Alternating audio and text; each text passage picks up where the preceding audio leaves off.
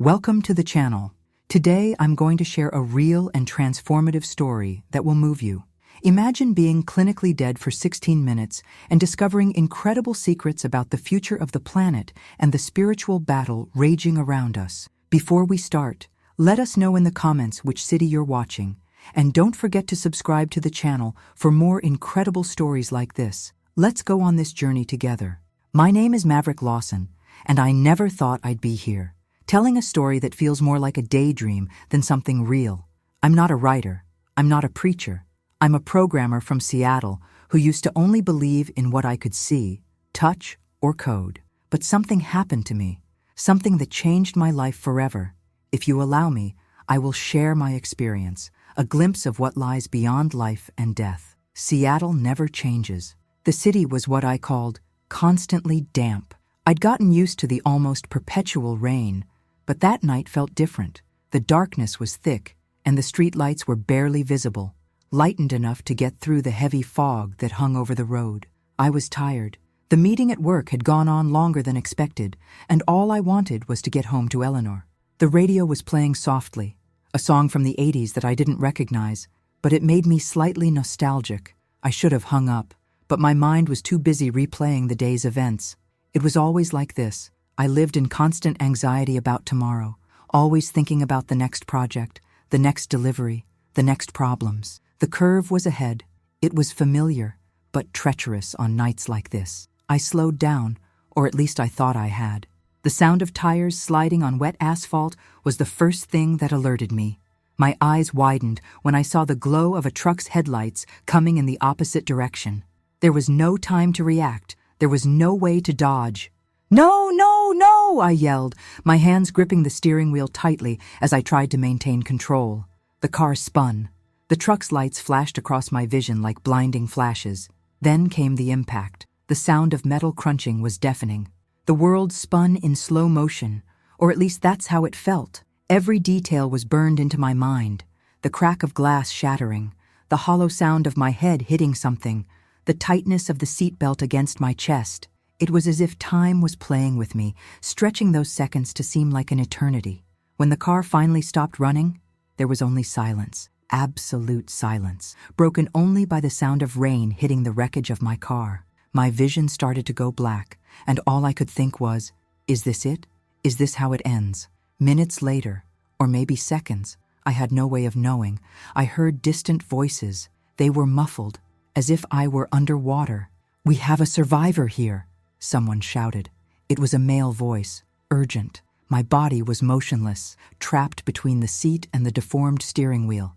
I couldn't open my eyes, but I could feel the cold coming in through the broken windows. There was another sound, the roar of an engine, probably a tow truck trying to clear the wreckage. "Is he breathing?" asked another voice, female. "Badly. We need to get him out of here now." My mind fluctuated between consciousness and emptiness. It was like I was trapped between two worlds. And then, the void won. When I opened my eyes, it wasn't in the literal sense. There was something different. I was no longer in the car, nor was I in pain. In fact, I didn't feel anything. It was as if gravity, time, and space had ceased to exist. There was just lightness. I looked around, or rather, perceived myself in a position above the scene of the accident. The scene seemed surreal. The rain was still falling, but I didn't feel a drop. Down below, I saw my car completely destroyed, the doors twisted like crumpled paper. There were people around, some holding cell phones, others shouting instructions. A paramedic was kneeling next to my body. Yes, my body. He looked small, fragile, and unrecognizable. "Continue the compression," shouted someone. His voice echoed in the void where I found myself. The paramedic pressed hard on my chest while another adjusted something on a machine. "We lost him," said one of the rescuers, his tone low, almost resigned. "Not yet," replied the other, his voice thick with determination. Once again, "Charge the defibrillator." I watched it all with a strange tranquility. There was no fear, panic, or sadness. It was like watching a movie, but with the certainty that the ending had already been decided. The scene slowly faded away, and I found myself rising, being pulled away from the chaos. It was then that the darkness around me began to shift. It was not a threatening void, but rather a space in transition. Small points of light appeared in the distance, like stars appearing in a night sky.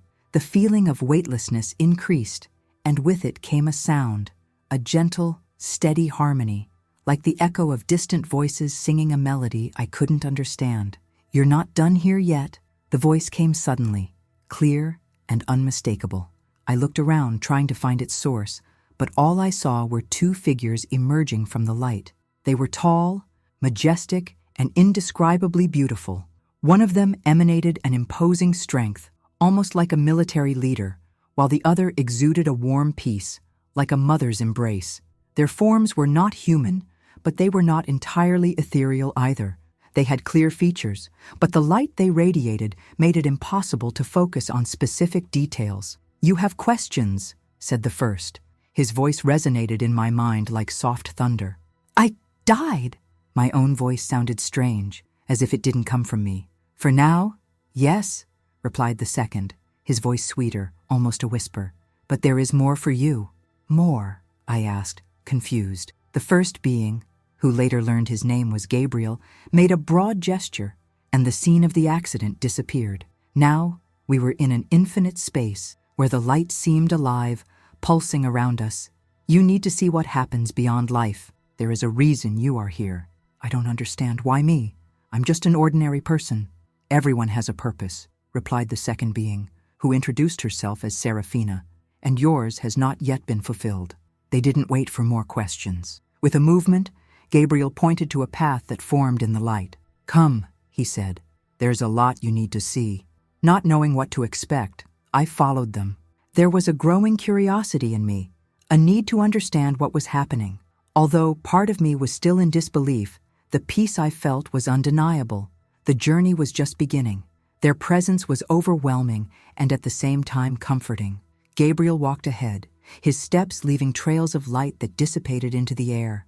Seraphina was at my side, her movements so smooth that she seemed to float. Even though I wasn't in a physical body, I felt like I was walking, or perhaps being carried by some invisible force. "Who or what are you?" I asked finally, my voice wavering. Gabriel stopped and turned around. His eyes, or what appeared to be his eyes, shined with intensity.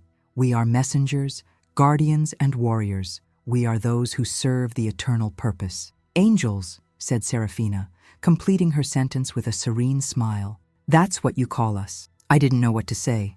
Part of me wanted to laugh. I was never religious. For me, angels were figures in stained glass windows in churches or characters in ancient stories. But there they were, as real as the ground that was no longer beneath my feet. "Why am I here? What do you want from me?" Seraphina placed her hand, or something that felt like a hand, on my shoulder. "You are here because you need to understand. There's more going on than you can imagine, Maverick. The world you know is just a fraction of reality. But I'm just a programmer. I'm not special." Gabriel raised an eyebrow, a surprisingly human gesture. "Specialty is not determined by profession or position. It is determined by the heart and choices." They continued to guide me through a space that seemed infinite.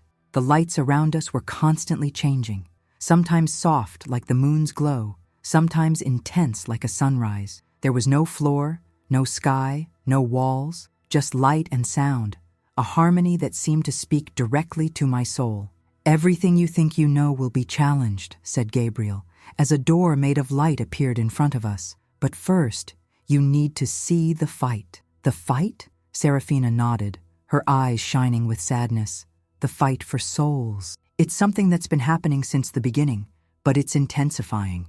The door opened, revealing a sight that took my breath away, or what would have been my breath if I were still breathing.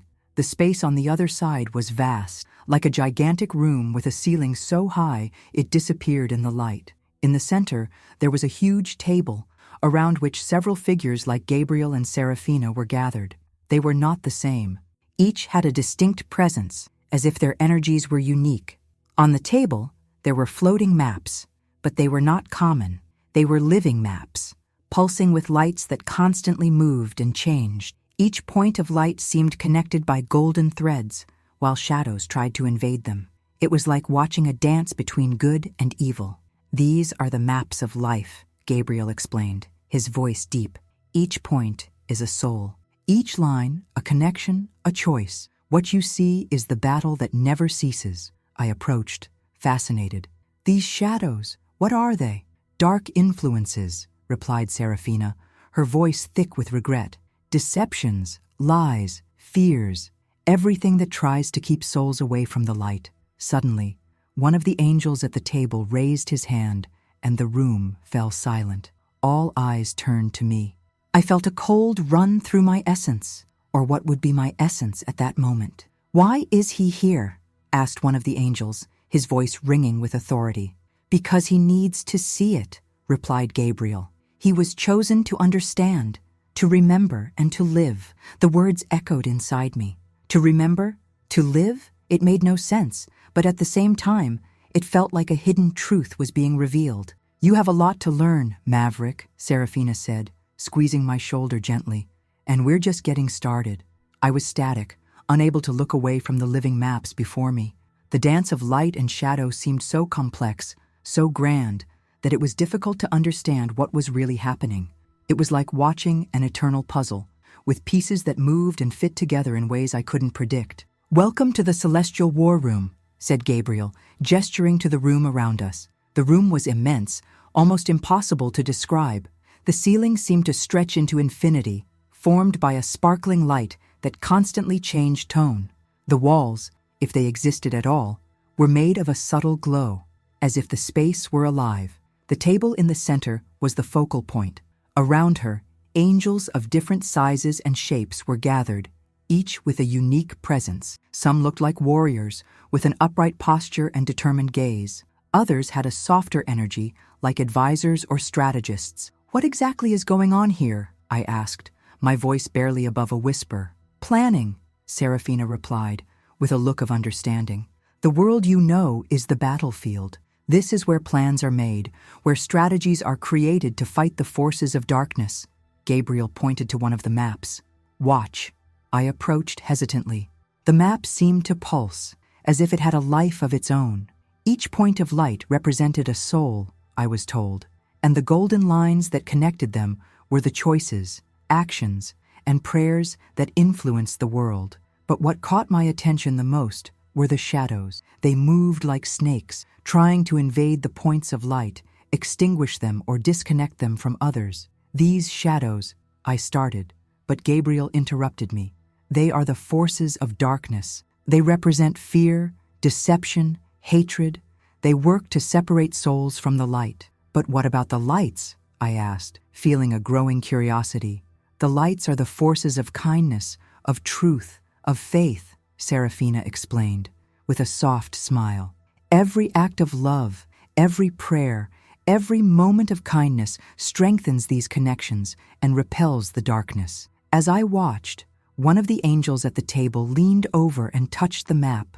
Instantly, a point of light began to shine brighter, connecting with others around it. "What happened?" I asked. "A prayer," replied Gabriel. "Someone prayed, and it strengthened that soul and those around him." I was silent, taking in the enormity of what I was seeing. Every small action, a prayer, a gesture of kindness, a choice to resist hate, had a real, tangible impact. "And me?" I asked finally, looking at Serafina. "Am I on that map?" She smiled and pointed to a specific corner. There I was, represented by a small point of light that seemed dimmer than most. All around, shadows approached, but golden lines began to form, connecting me to other lights. "You have an important role, Maverick," she said, "but to understand it, you need to see more." Gabriel approached again, his stance firm and determined. "There is a bigger battle coming. Every angel here is devising strategies to protect souls, to strengthen families, to guide the lost. You need to understand that everything that happens down there has roots here." He made a sweeping gesture, and new maps began to form. In one of them, I saw something that looked like an imminent conflict, with lights and shadows clashing in a frantic movement. "Is this the future?" I asked, feeling a pang of worry. "Possibilities," Serafina corrected. "The future is not written in stone, but what we do now shapes what is to come." The enormity of what I was witnessing began to weigh on me. It wasn't just a room, it was the heart of something much bigger. Everything that happened there had a direct impact on the physical world. Every decision made, every strategy planned, affected real lives. I felt a lump in my throat. What if we fail? Gabriel looked at me, his gaze steady and full of determination. The light never fails, Maverick. Even in the deepest darkness, she always finds a way. Still absorbing what I had witnessed in the celestial war room, I felt a wave of warmth wash over me, as if the surrounding lights were communicating something directly to my soul. Gabriel and Serafina were at my side, but now their posture seemed different, more serious, as if what was about to happen was of utmost importance. "Now you will see," said Gabriel, his voice resounding like soft thunder. "What's at stake goes beyond what you imagine." With a gesture from him, the living maps began to transform. The lights and shadows reorganized into three-dimensional images, revealing scenes of human lives. I saw a mother holding her child and whispering a prayer before putting him to sleep. The light around them grew and spread, connecting to other souls nearby. In contrast, I saw a young man sitting alone in a dark room, his face marked by sadness. Shadows began to envelop him, but a small golden line appeared as he opened a book, which looked like a Bible. "Every choice counts," Serafina said, her voice gentle but firm. "No action is too small. A simple act of kindness can create waves you will never see." Gabriel pointed to another scene. This time, I saw a spiritual battlefield. It wasn't physical, but the forces involved were clear. On one side, angels like Gabriel fought with weapons made of light, swords, shields, and bows that emanated power. On the other, shadows formed into grotesque figures, with claws that tried to grab the shining souls in the field. "This is happening now," said Gabriel, bluntly. "While you were in the physical world, you couldn't see it, but the battle was always there." My heart accelerated. "And who wins? How does this end?" Serafina placed a comforting hand on my shoulder. "Good prevails, Maverick, always, but individual battles are crucial. That's why we're here, guiding, protecting, inspiring. That's why you're here, to understand the impact of human choices." Suddenly, the scene changed again. This time, the focus was on a timeline that seemed to pulse like a golden river.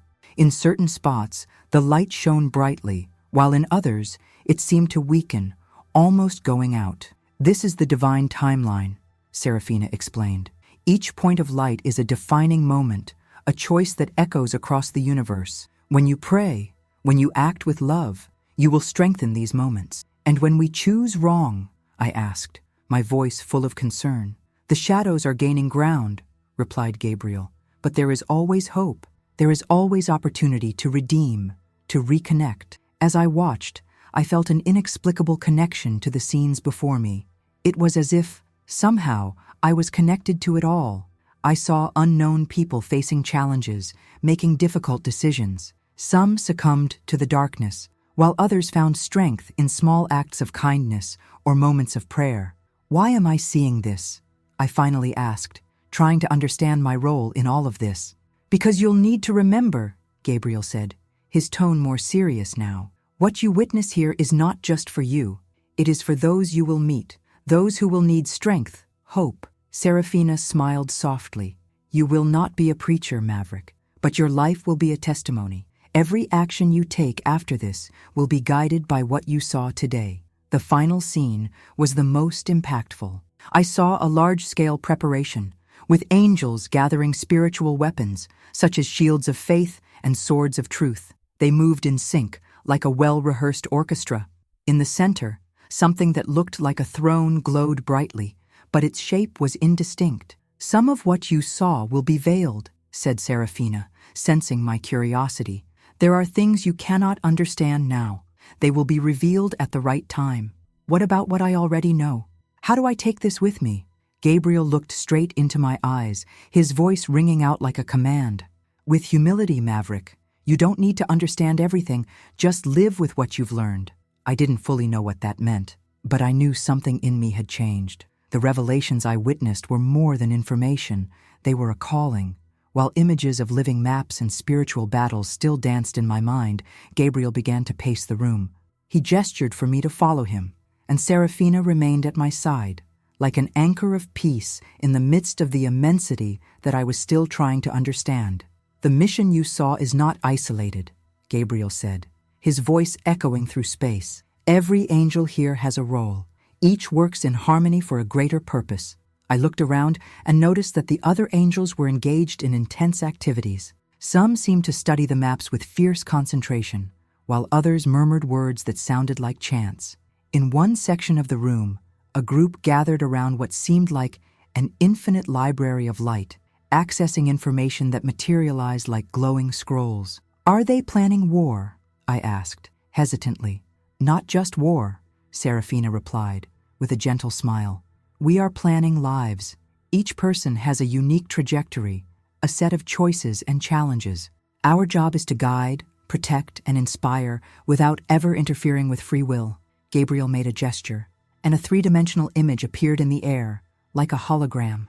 It was a woman holding 2 shopping bags as she walked along a busy sidewalk. His shoulders were slumped, his face was worried. A shadow hovered over her, following her every step. "She is facing fear," Serafina explained. "A mounting debt, a crumbling marriage. The shadow represents the despair that tries to dominate her. But look here."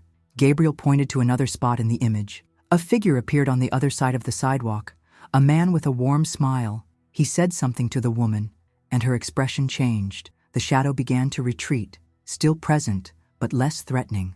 "What did he say?" I asked, fascinated by the simplicity of the scene. "Something as simple as, 'Are you okay? Can I help?'" Serafina replied. "Sometimes all it takes is a kind gesture to ward off the darkness, even temporarily." "What about the children?" I asked, remembering the shadows I had seen trying to envelop the younger people. Gabriel made another movement, and the image changed to a children's playground. Children played happily, their lights shining brightly, but in the distance, shadows lurked, waiting for an opportunity. "They are the future," said Serafina, with a tone of deep reverence. "The attacks against them are the most subtle and devastating. Lies, negative influences, abandonment, all of these can turn off a child's light before they even understand their worth. So how do you help them?" "With invisible protection," replied Gabriel. "Sometimes it's an impulse for a parent to say the right thing. Other times, it's a dream that plants a seed of hope in a child's heart. Our mission is to fight for them, even when the world around us cannot see them." As I took all of this in, I noticed that some angels were gathered in small groups, each appearing to discuss specific strategies. Gabriel noticed my curiosity. "These groups work on individual missions," he explained. "Some focus on strengthening families, helping fathers and mothers pass on faith and love to the next generation. Others work in communities, inspiring people to come together and create support networks." "What about the lost?" I asked, thinking of the shadows I saw enveloping so many lonely souls. "They are our priority," Serafina said, a gleam of determination in her eyes. "We use dreams, coincidences, unexpected encounters. Each attempt is a new opportunity to reach them." For a moment, I felt a wave of sadness. What if they fail? If a soul is lost? Gabriel stopped and stared at me, his expression implacable. "We didn't give up. Never. Every soul is precious, and we continue fighting until the last moment. Even when everything seems lost, there is always a chance." Those words stuck with me. It wasn't just a mission. It was an unconditional and tireless love that moved everything. I couldn't help but wonder, what would my life be like after learning this? After witnessing the angels' tireless dedication to their mission, Gabriel and Serafina led me out of the celestial war room. The transition was as smooth as a breeze, and soon we were in a different space, wider but equally enveloped in light. There were no visible walls or boundaries. It was as if we were in the heart of infinity. "There is something else you need to see," Gabriel said, his voice heavy with gravity. I looked around me, trying to understand where we were. Suddenly, in the center of that vast space, a figure began to emerge. It was not a physical being, but a presence, a light so intense and pure that I could barely look at it. Something inside me knew that that presence represented the center of everything, the purpose, the origin, and the final destination. My voice trailed off as I tried to put into words what I felt. "You stand before the throne," replied Serafina, with a reverence that echoed in every word. The figure didn't speak, but I still understood. Images began to appear around the throne, like visions projected onto an infinite screen. I saw crowds of people kneeling in worship, lights emanating from each of them. At the same time, I saw scenes of pain and suffering, wars, hunger, and loneliness. The images alternated rapidly, showing the best and worst of humanity. "Those are the choices," Gabriel said. "The fight for redemption is directly linked to them. Each soul has the opportunity to return to the light, but it is up to them to decide." "What if they don't decide on the light?" I asked, with a hint of fear in my voice. "Then face the consequences of darkness," replied Gabriel, firmly. "But we always give chances, until the last moment." The images changed again. This time, I saw angels preparing something monumental. They carried banners of light, forged spiritual weapons, and moved like an army in formation. "What is that?" "The preparations for the return of Christ," replied Seraphina, her voice thick with emotion. My heart almost stopped. I grew up hearing mentions of Christ's return in stories and sermons that I never took seriously. But now, seeing the magnitude of what was being prepared, the reality of that promise was undeniable. "The return will bring the culmination of all you have seen," said Gabriel. "The final battle between light and darkness. It will not just be a spiritual event, but something that will impact every soul, every corner of creation." There was a heavy silence, as if the universe itself was holding its breath. Gabriel looked at me, his face more serious than ever. "There are things you can't know, Maverick. The time for these revelations has not yet come. But how can I help? I'm just an ordinary person."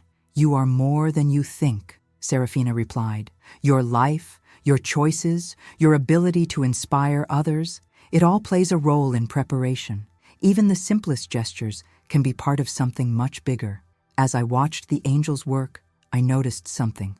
Despite the magnitude of what was happening, there was an underlying peace, a trust that the light would prevail. Seraphina noticed my silence and smiled. "You understand," she said softly. I understood that no matter how great the battle or how dark the night, the light will never be extinguished. Suddenly, the surrounding light began to change. It was as if space was contracting, and a sense of urgency washed over me. Gabriel placed a hand on my shoulder. "It's time to go back, but I still have questions." "You will have answers in due time," Seraphina replied. "Now, you need to live what you learned." Before I could argue, the light intensified, and I felt a force pulling me back, away from that place. My last glimpse was of the light from the throne, shining with an intensity I will never forget. The transition was abrupt, like falling from a deep dream into a cruel reality. My body felt heavy, painful, like it was being compressed on all sides. Sounds began to invade my mind, the whirring of machines, muffled voices, and the insistent sound of a heart monitor. "He's waking up." The female voice sounded urgent, but there was an undertone of relief. I opened my eyes slowly, blinking against the bright light of the room. Everything seemed blurry. I tried to move, but a crushing weight kept me still. Gradually, my vision cleared, revealing a familiar face, Eleanor, my wife. Her eyes were red from crying, but there was a trembling smile on her lips. "Maverick," she whispered, holding my hand tightly. "You came back to me." My throat was dry. Every attempt to speak felt futile. I finally managed to mutter, "How long?" "4 days," replied another voice, male this time. It was Dr. Matthew Collins, the doctor responsible for me. He approached the bed, checking the devices. "You were in a coma for 4 days after the accident. Your heart stopped for 16 minutes, but you survived." The doctor's eyes had a gleam of curiosity, as if he were trying to decipher a riddle. "It's a miracle," he continued. "There is no other explanation." Miracle. The word reverberated in my mind, carrying a weight that only I could understand. What I had experienced was not just a matter of luck or science. I knew that now. The first few days of recovery were physically exhausting, but emotionally even more challenging. Eleanor was always by my side, trying to cheer me up, but I saw the tiredness in her eyes. "You look different," she said one night, her voice wavering. "Since you woke up, it seems far away." I didn't know how to respond. How could I explain what I had seen? "How do you describe the immensity of light the celestial war room, and the living maps without sounding crazy. I chose silence, but she persisted. Do you remember anything of what happened while your heart stopped? I thought about lying, about saying everything was a blur, but something inside me knew that hiding the truth wasn't the right way. I saw things, he finally said, choosing his words carefully. Things I can't explain. Eleanor frowned. What kind of things? Light, peace, and angels. She didn't laugh, but she didn't seem convinced either. Instead, he shook my hand. Maybe you have been chosen for something greater, she said, her voice filled with faith I never knew she had. As the days turned into weeks, I began to face the reality of living with the knowledge I had gained. It wasn't something I could just ignore, but I also didn't know how to apply it. The visions continued to haunt me, especially the scenes of lights and shadows fighting on the living maps. One day, while I was having physical therapy, an elderly man next to me started talking. He was recovering from a stroke, but there was something about his energy that caught my attention. You know, he said, smiling, sometimes life gives us a second chance to do something important. Do you believe that? I was silent for a moment, remembering Gabriel and Serafina's words. Yes, I finally replied. I believe. Small encounters like this began to shape my return to life. I realized that my presence, my words, had an impact that I had never noticed before. A gesture of kindness, a smile, a sincere conversation. All of these could be part of that network of light I saw on the maps. I didn't need to preach or write books about what happened. All I had to do was live with intention, with the certainty that every choice counted. Eleanor also started to notice. You've changed, she said one night while we were on the couch. I don't know what happened to you, but it seems like your soul is lighter. I smiled, shaking his hand. Maybe that's it, I replied. Maybe I'm just trying to make my light shine brighter. What surprised me most about my return to life was not the change in me, but how the world seemed determined to test what I had learned. The days after the accident were filled with challenges that tested my patience, my faith, and my commitment to what I had witnessed. It all started with work. My boss, ever the pragmatist, expected me to get back up to speed quickly. We need you on the project, Maverick. The deadline is approaching. His voice was clipped, devoid of empathy. Before the accident, I would have immersed myself in work without question. Now something inside me resisted. I'll do what I can, I replied, without the submission I had before. He raised his eyebrows, surprised, but didn't insist. That was just the beginning of the tensions. Eleanor, despite her constant support, also faced her own struggles. The accident not only disrupted our routine, but brought to light issues that we had both ignored for years. One night while we were having dinner, she finally exploded. Do you think all this only affected you? I stayed here, Maverick, waiting, praying, not knowing if you would wake up. And now, you act like everything has changed, but you won't talk to me about it. Her voice was thick with pain, and I knew she was right. I had closed myself off, trying to deal with the weight of the revelations alone. I don't know how to talk about this, I admitted, placing the silverware on the table. What I saw is difficult to explain. Then try, she insisted, her eyes fixed on mine. For hours, I talked. I told him about Gabriel and Serafina, the celestial war room, the living maps and the lights and shadows. I didn't hide anything. When I finished, the silence between us was heavy. I expected skepticism, maybe even anger, but Eleanor just took a deep breath and held my hand.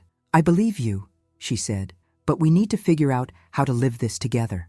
As our relationship began to strengthen again, the world around me seemed to conspire against my peace. One day, while walking in the park to ease my mind, I saw a man yelling at a woman who was holding a child on her lap. The scene bothered me deeply. The shadows I had seen on the living maps came to mind, and my impulse was to intervene. Is everything okay here? I asked, approaching cautiously. The man gave me a hostile look, but something in my posture made him back away. He mumbled something and walked away, leaving the woman visibly relieved. Thank you, she said, almost crying. I didn't know what to do. It was a small gesture, but as I continued on my way, I felt an inner light, as if I had contributed to one of those golden connections that the angels showed me. Still, my faith was tested in deeper moments. One night, I dreamed about the living maps again. The shadows seemed more aggressive, invading territories that were previously protected. I woke up in a cold sweat, with a feeling of urgency that I couldn't explain. The next morning, I got a call from an old friend, Jack. He had been in depression since the divorce and wanted to talk. Listening to him, I realized that that call was no coincidence. "You're not alone, Jack," I said, remembering Serafina's words. "There is light, even in the darkness, and it is within your reach." These small but powerful events began to shape my new outlook on life. The faith I built was not just about believing in something greater, but acting on it. I understood that my experience was not a burden, but a calling to make a difference wherever I was. Eleanor also started to notice. "You seem more present, more connected," she said one night, as we watched the city lights through the window. "Maybe this is what God wanted for you." I hugged her, feeling a peace that was now constant within me. "Maybe that's what He wants for all of us," I replied. The following months brought an unexpected lull. It was as if the universe had given me time to assimilate everything I had experienced. Each day was an opportunity to put into practice the lessons I had learned, and although my life was simple in the eyes of others, I knew there was something bigger at stake. I started to notice things that previously went unnoticed. On the bus to work, a tired woman held her son's hands, whispering something that sounded like a prayer. In a coffee shop, a young man discreetly delivered a coffee to a homeless man. In each small gesture, I saw the golden lines of the living maps that the angels showed me. And then, on a typical rainy Seattle afternoon, I received an unexpected visitor. I was at home, reading a book, when I heard the doorbell. When I opened the door, I came across Dr. Matthew Collins, the doctor who had been by my side after the accident. "Dr. Collins," I said, surprised, "what brings you here?" He looked uncomfortable, as if he had rehearsed what he was going to say. "Sorry to show up unannounced," he began. "I need to talk to you about something." I invited him in, and he accepted, sitting on the sofa with a tense posture. Eleanor was in the kitchen and gave me a curious look before leaving us alone. "Ever since the day you woke up," Collins began, looking down at his hands, "I haven't been able to stop thinking about what happened. It doesn't make sense, Maverick." His heart stopped for 16 minutes. "By all medical means, you shouldn't be here." I nodded, understanding the weight of his words. "I know," I replied simply. He looked up at me, his eyes full of questions. "Do you remember anything? Something that can explain?" For a moment, I considered keeping the truth to myself, but I remembered Serafina and Gabriel, their insistence that I take what I saw forward. "Yes," I said, taking a deep breath. "I remember." For nearly an hour, I told him about the celestial war room, the living maps, the lights and shadows. I omitted nothing, not even my initial disbelief. He listened to me silently, his eyes wide as he tried to process every detail. "It's a lot to believe," he admitted when I finished, "but I don't know why. Something in me says you're telling the truth." "Because it's true," I replied firmly. "And it's not just my experience. It's something that's happening all around us, all the time, even if we can't see it." He was silent for a long time before muttering, "And what do you think I should do with this?" "Live," I said. "Live with intention. Every choice you make, every act of kindness, strengthens the light. This is how we fight." Collins left my house visibly shaken, but he also seemed relieved, as if an invisible weight had been lifted from his shoulders. I knew our conversation was one more small piece in the larger puzzle the angels had shown me. That night, as Eleanor and I ate dinner, I felt an indescribable peace. She looked at me with a calm smile. "You feel lighter," she said, as if he had found his place. I held his hand and smiled. Maybe that's it. Maybe my place is just to make the light shine a little brighter, one day at a time. As I looked out the window, the city lights shining against the dark sky, I thought about the living maps and the souls I saw fighting the shadows. I understood that it was not just a spiritual battle, but a collective effort, where every act of kindness, every prayer, made a difference. I didn't know what the future held, but I knew this. Light always finds a way, even in the deepest darkness.